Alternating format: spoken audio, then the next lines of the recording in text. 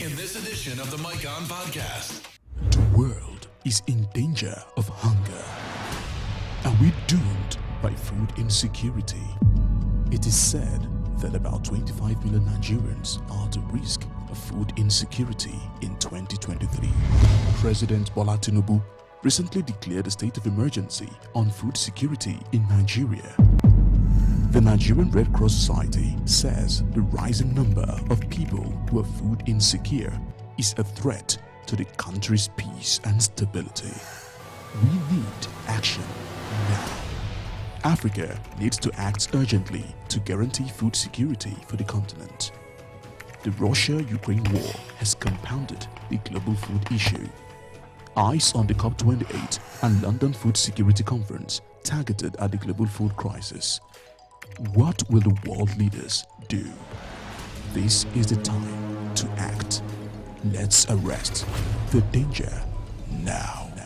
Join Seun Okinbaloye as he steers this conversation with his guests on the Mike On Podcast today.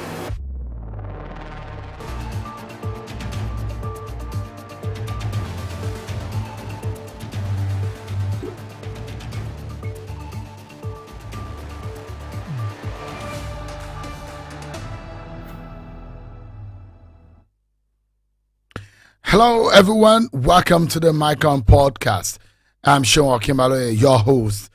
This podcast is designed to let everyone have a say in local and global issues, especially as it relates to them. It is different and independent of my every weekday show, Politics Today, and Weekend Sunday Politics on Channels Television. Now, let me ask the question before we take a deep dive into the topic of today, which I'm very passionate about. And as soon as I got the bug of that conversation or the matter of that is up for conversation tonight, I couldn't let my eyes off it. But the question here is, how are you all coping amidst these crazy increase in food prices? If you complain before buying an item today, if you're buying same item tomorrow, there would have been a sharp increase. Now, prices of garri, yam, rice, beans, oil, palm oil, pepper, maize, onion, noodles, sugar, name it, keeps jumping uncontrollably. The situation is serious. So here are some background to this situation. The United Nations says 46 million people in Africa experience hunger in the aftermath of the COVID-19 pandemic. That is the highest share of any continent in the world.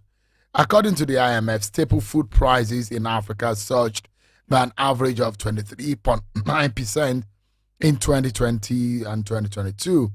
This as COVID-19, climate change, and now the Ukraine-Russia war written all over it. Now, in fact, the Ukraine-Russian war has done a more devastating blow to the situation of food insecurity in Africa and in Nigeria. On the show today, we are hoping to provide insight into how Africa can manage the complex landscape of global crises such as the Russia-Ukraine invasion, the climate change and food security. How can African nations address the critical issues of the looming food crisis without losing their voices or stature on the global stage?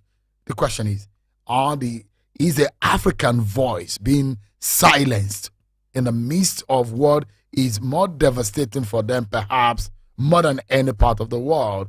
Are we even being given a voice where it matters in the issues of global conflict and peace that affect the livelihood and the well-being of our people? What are the strategies to strengthen responses to food crisis, particularly in the context of disrupted global supply chains due to global conflict? How can Africa navigate these external shocks without being seen as a lesser continent? Again, I ask, is a hunger crisis looming? Before I get into it, don't be one of those who say, what is our problem with these? There is a major problem. Don't forget, in the Middle East, there are issues, and it's affecting price of crude oil. Price of crude oil is affecting the price of petrol.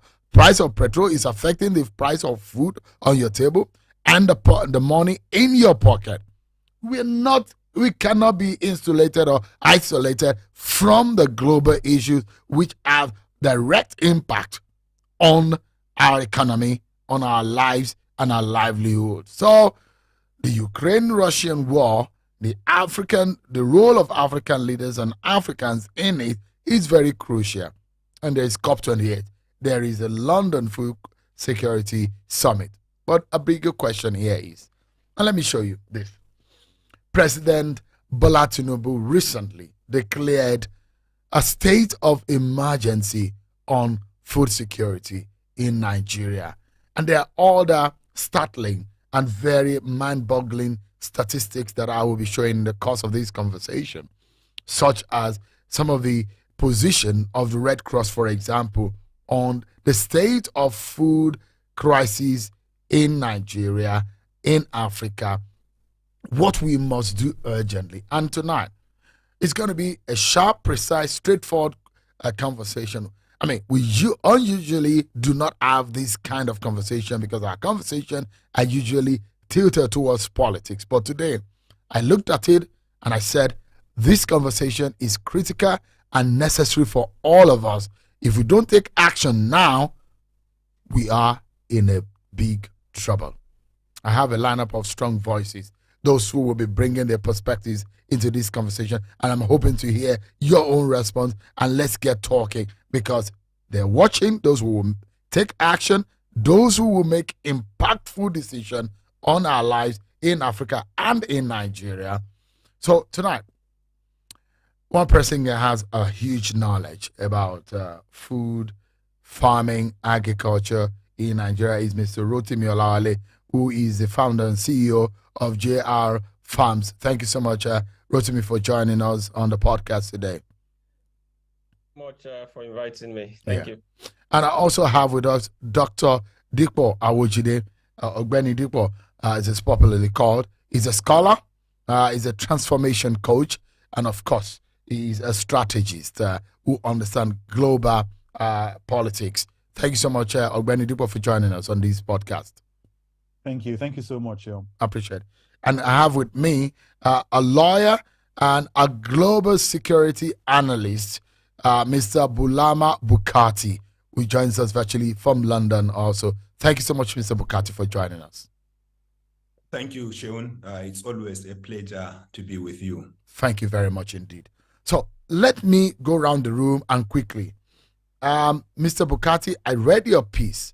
And interestingly, that piece is very related to our conversation today. I got it very late. I couldn't digest everything on that piece. But let me begin the conversation with you. Is Africa being silenced?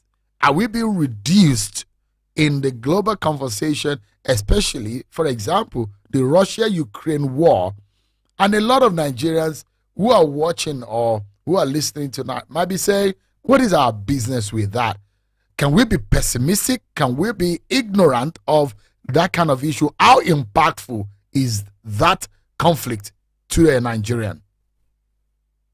Look, the Russian-Ukraine war is directly affects Nigerians and other Africans, and we cannot afford to be silent or to assume that it doesn't affect us, and therefore we have no stake in it. It affects us in at least three main ways. Number one is the question of the economy. It impacts us in the area of agriculture and steel in particular, and I know experts would go into that. It also affects us in the area of security because, as you said in our paper, one of the issues we discuss is how Russia is looking at Africa as the second war front. We know that the global power competition between Russia and the West and the war in Ukraine is playing a part, is playing out in Africa, and therefore it does affect us in that way. But also in the way it affects us when it comes to energy and infrastructure, because China and the West have been or had been a big player, and therefore you could say it affects our economy, it affects our security, and it also affects us in the sense of our global diplomatic stance when it comes to certain issues, including the war in Russia. And of course, this relationship of the West and its power competition playing out in Africa in terms of a proxy war did not start now. But we know that with the invasion of Ukraine by Russia in February last year, there were increased sanctions and increased tensions in the global stage, and that has translated itself in Africa. And it has also taken attention away from some issues that affect Africa, things like climate change, like extremist violence on the continent, and stuff like that, which were top on the global agenda.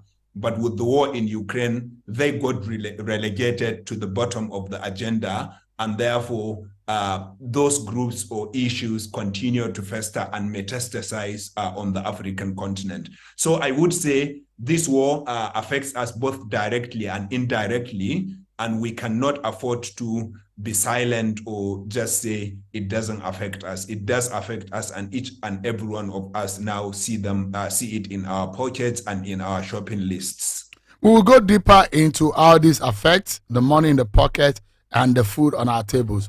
But quickly, Mr. Bukati, does the global leaders or does the world at large care about Africa? Do they see us as anything relevant in this war? Because it affects us, like you have established, but is the voice of Africa relevant? Is it being heard?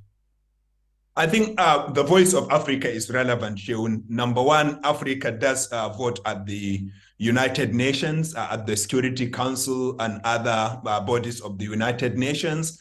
And you remember that when this war started, there had been at least two major votes, one of them calling on Russia to withdraw from Ukraine. And 32 countries in the world abstained from that vote, 15 of them from Africa. When the first votes came on, when Russia was being condemned at the Human Rights Council, 17 African countries abstained while others voted in favor of Russia or in favor of Ukraine.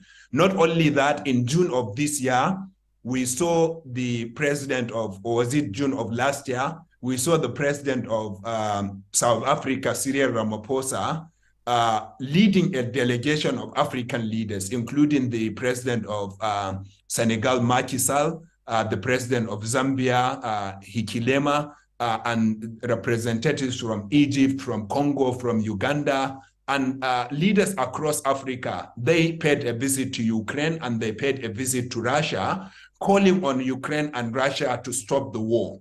What most African countries did when this war started was that they adopted the policy of non-alignment, which means African countries are on neither side of the dispute. Of course, some have taken side with Ukraine, some have taken side with Russia, but many said, we are non-partisan. We do not support either sides. And we saw this delegation, powerful delegation of African leaders visiting Ukraine and then Russia and calling on the two parties to stop the war.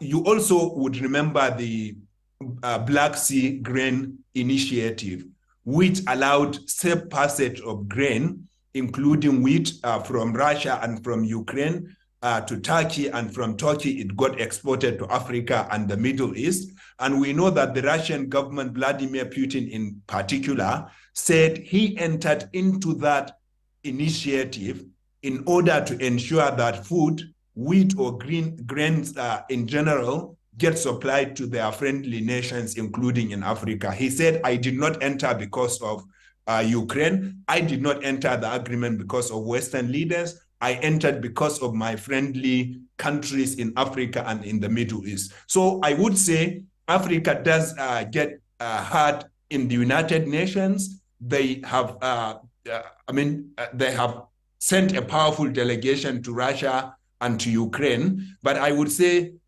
we have in recent months not been as vocal as we had been. And I think we can do more as Africans to explain to the world how this war affects us and how it has to be brought to an end so that we do not continue to sow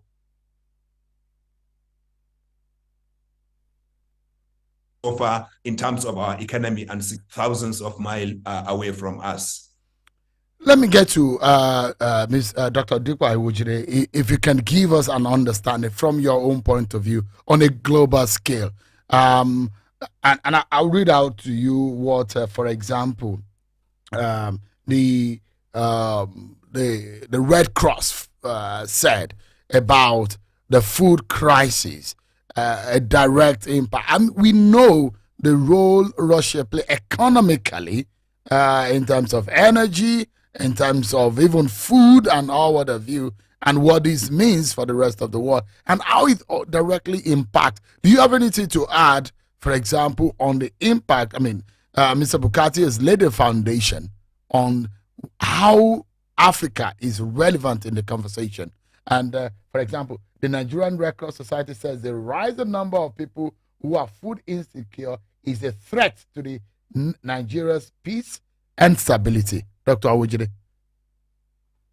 Thank you very much, Sean. Let me start by saying that, of course, we know that the world is a global village, and whatever happens in one part of the world, usually than not, has impact directly or indirectly, across the rest of the world.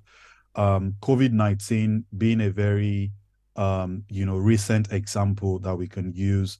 The Russian versus Ukrainian war. Recently, there's unrest in the Middle East. There's crisis in Sudan, which is not being spoken about as much as the conflict in the Middle East and the conflict between Russia and Ukraine. There are other issues, across the African continent, in Mali, in Libya, a couple of coups have happened, across the African continent, and all of this actually impacts on the entire African continent. All of these issues, directly or indirectly impacts, on Nigeria. I mean, what I think, where I think we need to go from here is, the European Union have an African strategy. The USA, have an African strategy. A lot of the European countries, have independent African strategies. Everyone is trying to take advantage of, the resources, the natural resources that we have, all across Africa. It is now up to us as a continent. It is up to us as a people, to now have our own dedicated strategy, our own, African continent, and pursue our goals and objectives, as efficiently and as effectively as possible. How can we make, Dr. Awude, how can we make these global leaders and those who are taking this decision respect and listen to Africa? Because I'm still going to come straight to how this food in Nigeria, but this is first a continent problem, then a Nigerian problem. How can we make Africa's position a stronger one and our voices heard? Yeah, so I think African leaders, they have to stand up, be counted, and be seen. It's not enough to go to Russia or come to the UK for Russia Africa summit and all of these summit that they have all over the place.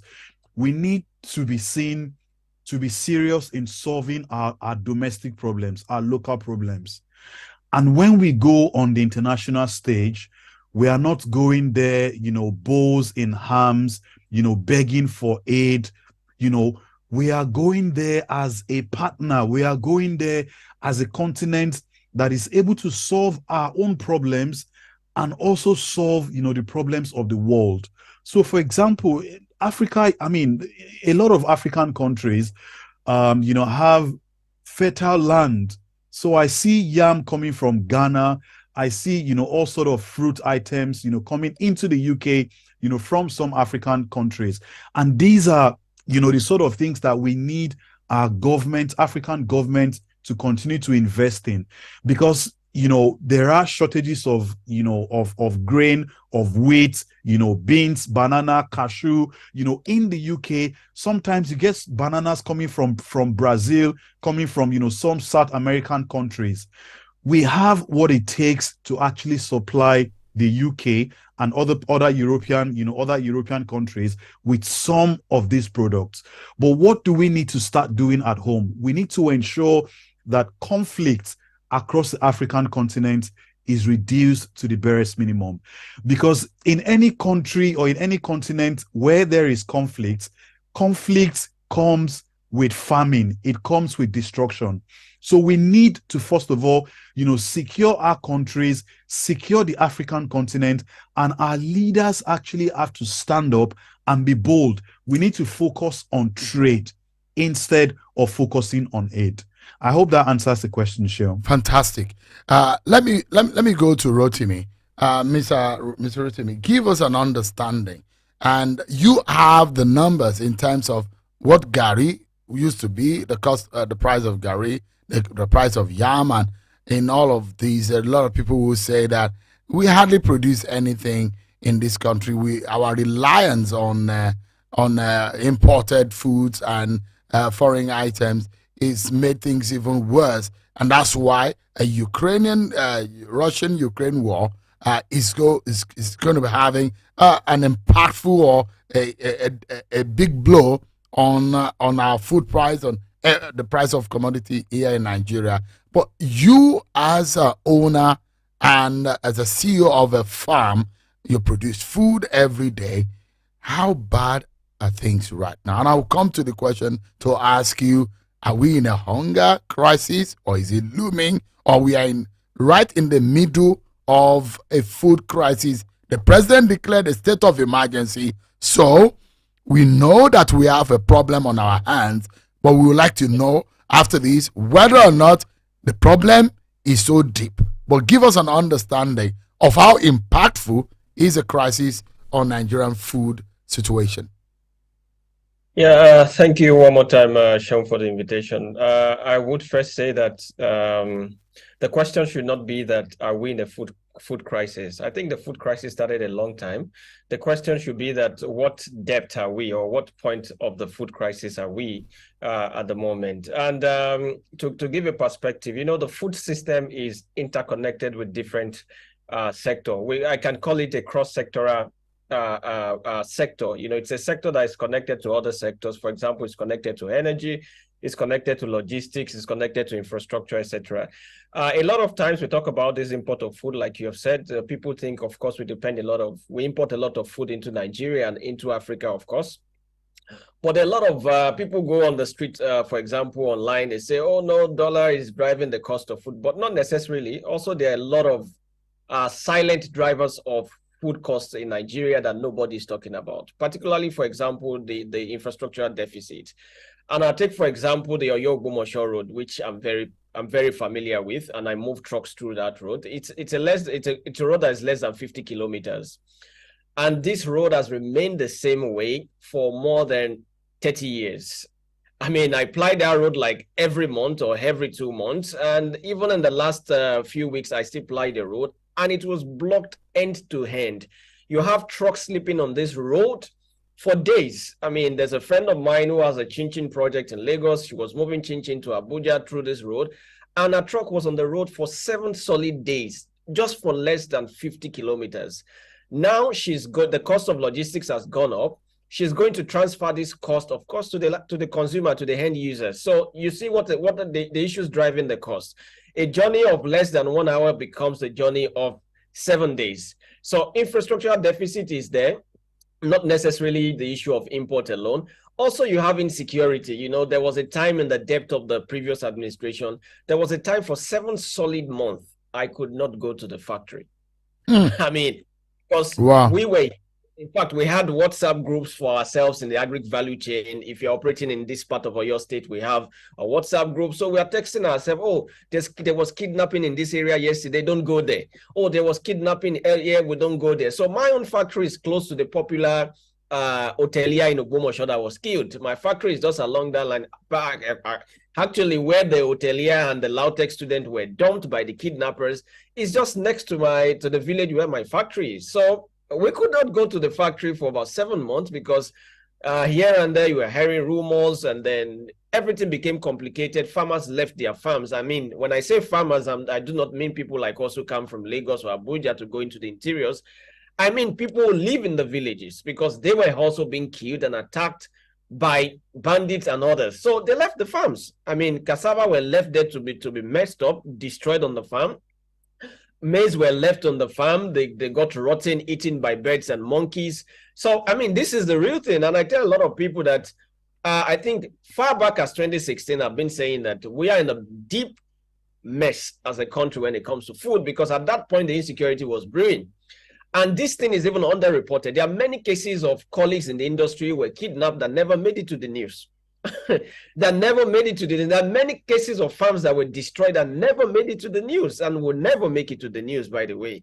You know, so I'm talking from experience, and you see these problems. And then in Lagos, everybody's shouting, oh, the prices of food is high.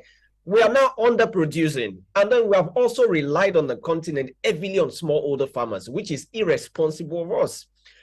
About over 60% of food market in the US is from commercial farmers. And these commercial farms, which have over $1 million of revenue, represent only 4% of farmers in the US. Here in Africa, we have 80% of food produced by smallholder farmers. It's never going to work. These are farmers who have 1 plot, 2 plots behind their houses or in their villages, and those are the ones we rely on. Now, when COVID came, we saw that these farmers are not resilient. I could move around during COVID. I have a car. I can move around from city to city. I was moving. I had my pass. But these farmers could not move. They could not move. They don't have any social protection. We need commercial farms. The more we continue to rely on smallholder farmers, we cannot go far. So, sorry, Rotimi. Let's get to some of the basics. Gari, rice, maize. If there is one of these products, I mean, and I'm mentioning some of these food that are basic, that are fundamental to our existence as Nigerians. If there is one of these food that is endangered right now, which one would you say it is? I would say Gary. It's endangered. Yeah, because Gary used to be poor man's food. I mean, it used to be something the poor could afford. I mean, for the last 2 years straight, Gary has never gone down. So there's a trend with Gary, for example. During rainy season, the prices of Gary slopes. It comes down. In the last 2 years, it has never come down. Whether it's raining, whether it's dry or not, it's never come down. And I'd like to also ask you, when the Russian-Ukraine war started, we saw energy problem around Europe. Yep. What directly did we see in terms of food effect on food in Nigeria and the price? I actually do not believe in that narrative that Russia-Ukraine will really affect. The only way it affected us was with wheat, which is usually used for bread. You know, so I do not necessarily believe in that narrative that it affected us in our food system, because we have the potential to actually produce what we can eat. 2/3 of the world arable land is in Africa. So why are we worried about what is happening? We should be solving their problems. I mean, not they solving our problems. At this point, we should be, for example, Botswana is a small country of less than 5 million people, I think. And this country is exporting beef to EU. I mean, I know of people, and I know of businesses in Nigeria that import meat from South Africa.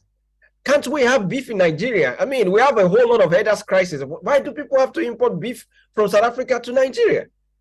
I mean, we have a big crisis. Let me show you this. It is said that 25 million Nigerians are at a high risk of food insecurity in 2023.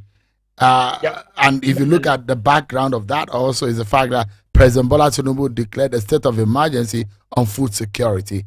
Anything that do you think that we can learn from that perhaps the ordinary eyes cannot see? So for me, I think what is critical at the moment, the state of emergency declared by the president is timely and is long overdue anyway. But what I think we need to be prepared for, because there's a common saying which says a hungry man is an angry man. You see, so I think the biggest lesson here, we need to step in quickly and have precise solutions to this issue of food security in the country.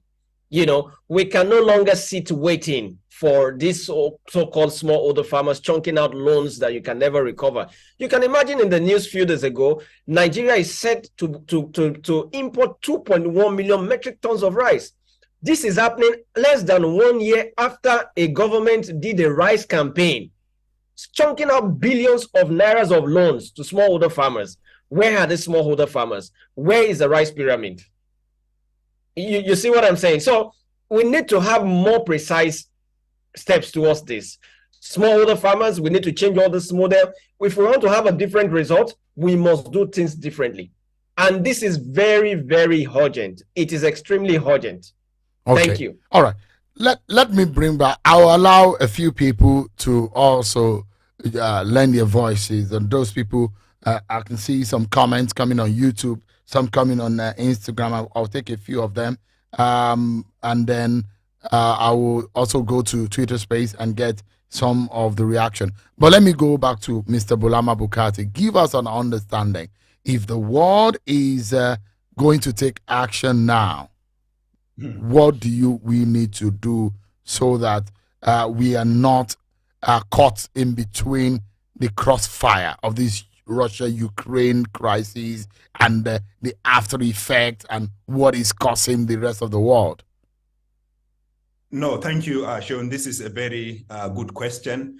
Before I just go into that, I completely align with Rotimi's sentiment that Africa should be exporting to these countries instead of getting affected by wars like the one in Russia and Ukraine. I completely agree with your sentiment, Rotimi, and I wish we can start exporting food in particular, given the vast arable land that we have on the continent. However, the reality as it is today is that we are not doing that. We are not using our resources as we should. And the war in Russia and Ukraine is affecting food prices in Lagos, in Aba, in Kano, in Abuja, and I would explain how. Number one, Rotimi has mentioned the importance of Russia and Ukraine in wheat export. For example, in Kenya alone, 30% of their wheat comes from Russia and Ukraine, and it is what they use to produce bread. If you look at Nigeria's wheat import, a substantial percentage of our wheat comes from Russia and Ukraine, and in many countries, including in Nigeria, bread is the third most consumed food. And so if wheat stopped coming from Russia and from Ukraine, it will affect the price of bread and other food items that we produce with wheat. And in that way, it is going to put pressure on other food items in the country, including those that we produce locally. And in that way, then the war in Russia and Ukraine is affecting us. Secondly, Russia in particular, but also Ukraine, are two of the major exporters of fertilizer across the world, including in Africa, including in Nigeria. For example, Cameroon get 44% of their fertilizer from Russia. And when the war started, they stopped getting it. Nigeria, we don't produce most of our fertilizer. We get it from outside the country, including from Russia and Ukraine. And even though you have arable land in Nigeria, even though you can produce your food locally, you don't produce your fertilizer, a significant percentage of your fertilizer locally. And if you don't get the import you get from Russia and Ukraine, at the end of the day, the fertilizer you have locally will go high in price. The price of fertilizer would soar, and therefore production or agricultural production will become more expensive, and therefore food prices would increase. And in that way, you can see how the war in Russia and Ukraine is affecting us in terms of food prices, but also in terms of the economy more generally.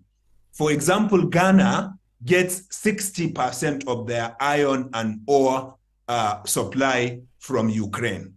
And when this war started, that stopped. when the economy of Ghana is affected, it will affect Nigeria naturally. And Nigeria also gets some of its steel from Russia and Ukraine. And in that way, then you can see how food prices, but our economy more generally, is being affected by the war in Russia and Ukraine.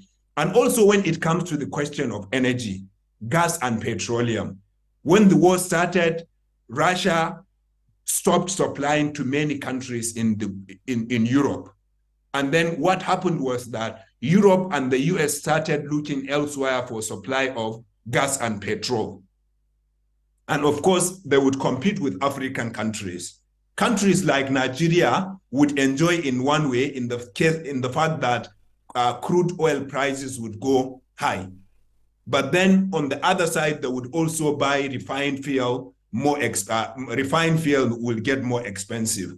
And in that way, our transport becomes more expensive, agricultural production becomes more costly, and food prices go up because energy price has gone up because of the war in Russia and Ukraine. And I just wanted to clarify this as one of the ways. And like I said, it also affects us in terms of security. We will get to that hopefully, Seun. If you could repeat your question, I would try to answer it. Oh, I remember your question, which is around what can we do to ensure that this war has stopped? And I think what we need to do is partly what Depot started mentioning. The first thing African countries have got to do is to put our house in order. A house divided against itself can hardly stand. We are 54 different countries in the world. But I mean, it's ridiculous that you have Russia-Africa Summit, you have UK-Africa Summit, China-Africa Summit, one country each in the world treating the whole of 54 African countries as one country. And then you see our leaders rushing to attend those kinds of summit. The UK, for example, is a country of less than 70 million people. One country bringing all African countries together and lumping us together, calling it UK-Africa Summit. And we come because we have not asserted our right when it comes to the economy. We have not stood and got counted in the world, in the global economic scene. We don't use our natural resources well, even though we have it in abundance. We don't harness our human resources well, even though we have humans in abundance. There are 1.4 billion Africans in the world. We don't harness our natural and human resources well. And if you are not contributing significantly to the global economy, then you will have no say. This is one way, this is one area we need to improve. We need to improve on our economic contribution to the world by harnessing our natural and human resources. Secondly, we need to leverage our diplomatic weight. We have 54 different votes at the United Nations.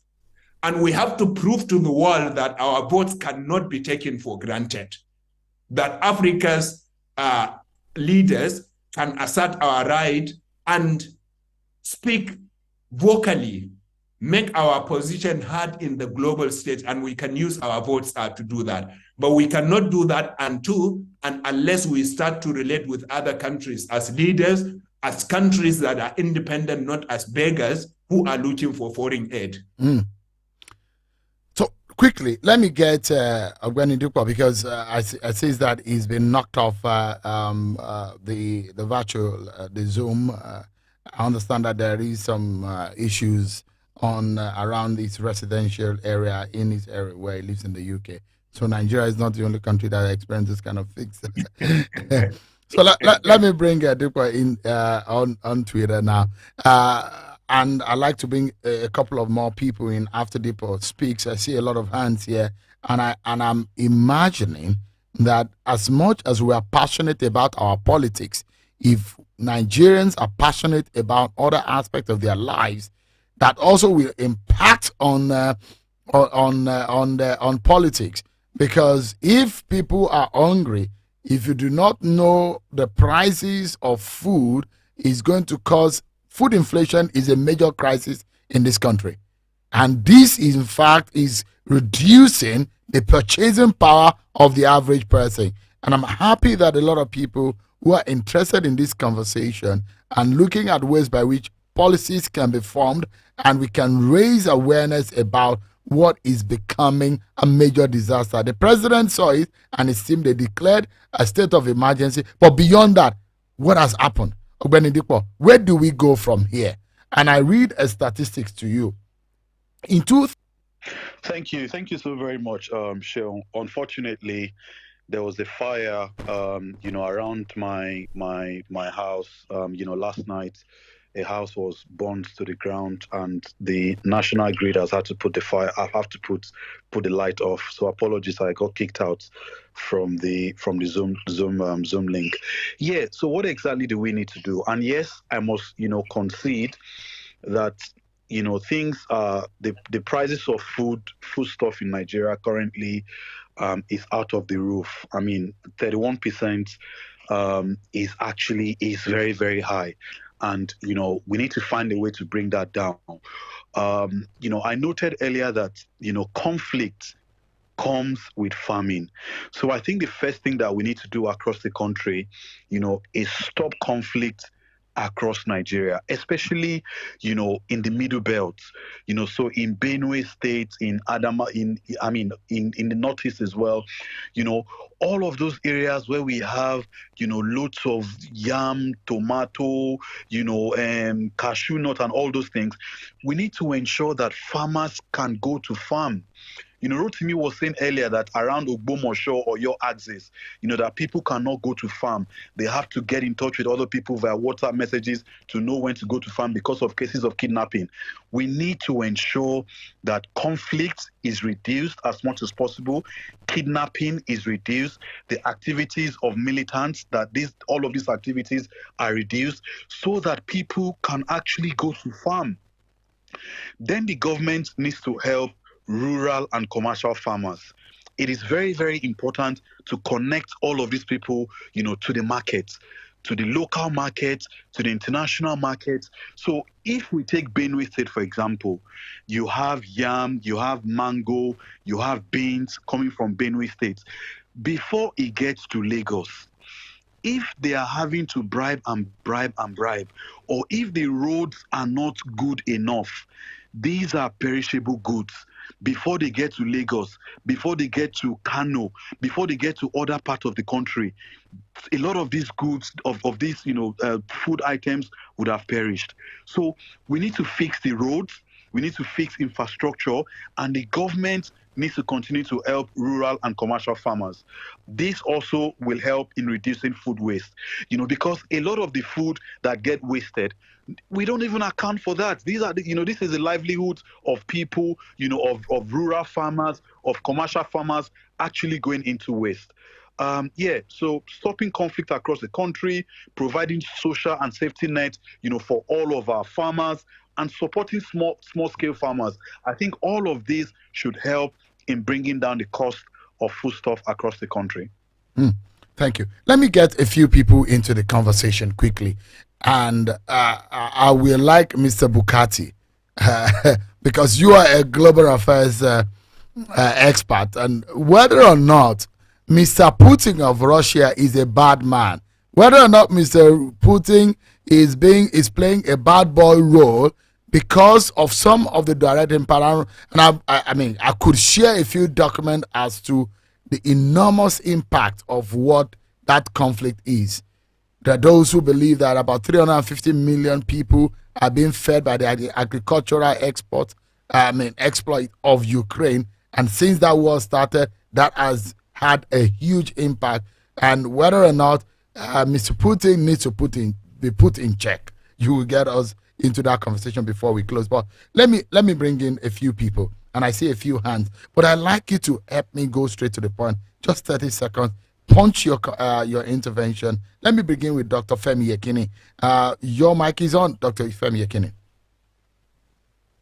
All right, good evening, Sheon. Thank you very much for the opportunity. Can you hear me? I can hear you. Please go ahead. All right, thank you. Good evening, everybody. So I'll just try to go straight to the point. First of all, I want to say that we need to stop really bothering ourselves about what is happening internationally between these superpowers, because honestly, I don't think there's anything we really can do about it. And if African leaders will continue to play the guinea pig and go for all these conferences, very soon, North Korea is going to do one and invite, and then the entire African continent are going to be there. That's very ridiculous. That said, everything still boils down to the government per se, and of course also to the people. And Dipo and Rotimi, and Bukati, alluded to most of these things. What I want to say is that from the time of President Obasanjo, we've been having a lot of different ideas and different issues about agriculture. Every government comes in and says, okay, we're going to focus on agriculture. The last one being former President Buhari, agriculture, but we are not really seeing the results. So I think that the government needs to be a little bit specific in the things they did.